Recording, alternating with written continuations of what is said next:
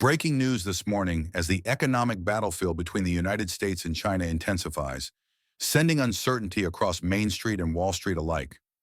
President Donald Trump's aggressive trade policies, particularly his imposition of high tariffs on Chinese goods, have now pushed his economic approval ratings underwater for the first time. According to new polls, 53% of Americans believe the economy has worsened under President Trump's leadership, and a staggering 72% say it is very or somewhat likely that his economic strategies could cause a recession. These numbers represent a stark shift in public sentiment and raise urgent questions about the future direction of U.S. economic policy. Joining us today is Treasury Secretary Scott Bessent, who has been at the forefront of implementing and defending these policies. Secretary Bessent dismissed the negative polling, insisting that consumer behavior paints a far different picture than survey responses suggest. He pointed to continued consumer spending as evidence that Americans remain confident, despite the growing anxiety reflected in the polls. According to Bessent, what Americans are doing with their wallets matters more than what they are telling pollsters, suggesting that the fundamentals of the economy remain strong. Yet the concerns cannot be dismissed so easily. Even as consumers continue to spend, business leaders across the country are growing increasingly vocal about the chaos they are experiencing.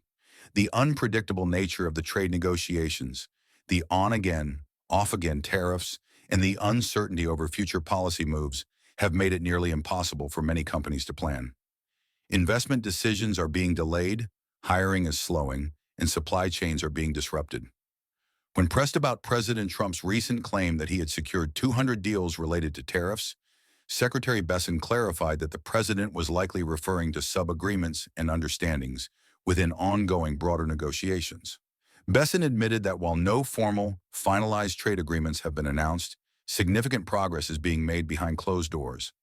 He emphasized that negotiations with major trading partners, particularly those in Asia, were moving forward steadily, even if the results were not yet visible to the public. President Trump's strategy, according to Bessent, is rooted in strategic uncertainty, a principle borrowed from game theory.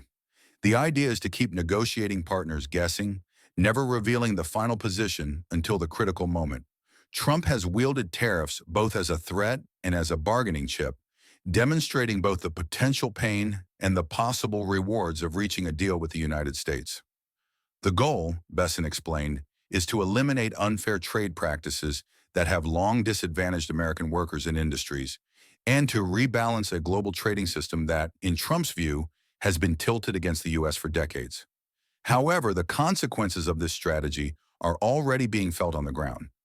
Business owners, like the one recently interviewed from Annapolis, are warning that the uncertainty is devastating their operations. One small businessman described his inventory from China as effectively worthless, trapped in a limbo where future tariffs could render it unsellable. For these businesses, the stakes are existential. Planning for the future becomes almost impossible when tomorrow's rules remain unknowable. Meanwhile, large retailers like Walmart and Target have delivered stark warnings to the White House. Executives have privately cautioned that if the trade war continues to escalate, American store shelves could begin to empty within weeks. Products sourced from China could become scarce. Prices could rise sharply and consumer choice could be significantly diminished. These concerns highlight the real-world risks of using tariffs as a primary negotiating tool, especially in an economy so deeply interconnected with global supply chains. Secretary Bessent acknowledged these concerns but insisted that the administration remains focused on the long game. The goal is not to return to a bygone era of low-wage manufacturing, but to foster the high-performance industries of the future.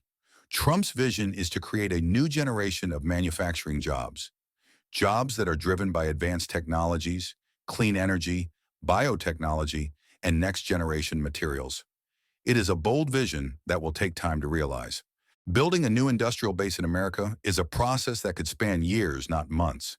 It requires massive investments in education, infrastructure, innovation, and workforce training.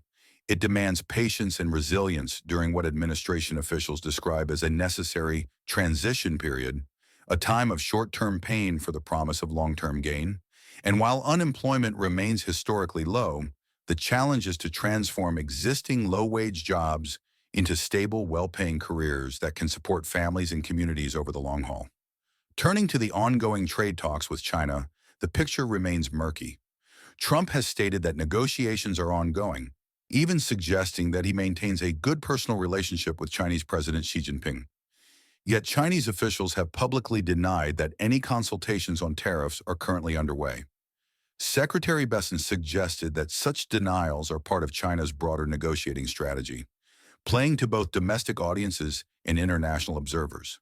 According to him, discussions are indeed taking place, although perhaps not as formally as some might expect.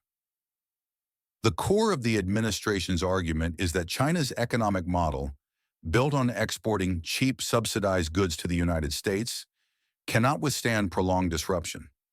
If American businesses significantly reduce orders from China, Beijing faces the risk of a sudden and devastating economic slowdown. In this view, China has far more to lose from a trade war than the United States does, and thus will ultimately be forced to negotiate in good faith. Yet the path to a comprehensive deal remains fraught with obstacles. According to recent reports, including those from Bloomberg, Secretary Besson himself has acknowledged that a full and final agreement could take 2 to 3 years to materialize. While Trump continues to project optimism, suggesting that a deal could be reached quickly, others within the administration admit that the road ahead is likely to be long and difficult. The first steps, according to Besson, would involve de-escalation, reducing the immediate tensions and finding common ground on basic principles. This would then pave the way for more substantive negotiations. A final agreement covering complex issues like intellectual property rights, market access, currency manipulation, and labor standards could take months, if not years, to finalize. And all the while, the economic fallout continues. In recent weeks, investors have shown signs of nervousness. Stock markets have experienced significant volatility, with stocks, bonds, and currencies all taking hits. Such simultaneous shocks are rare, reminiscent of economic crises from the 1970s. While Secretary Besson downplayed the risks, insisting that the long-term fundamentals of the American economy remain strong, the immediate pain for many investors is real. The goal, according to administration officials, is to build a stronger foundation for the future. A stronger dollar, a resilient economy, and a trade system that no longer leaves American workers at a disadvantage.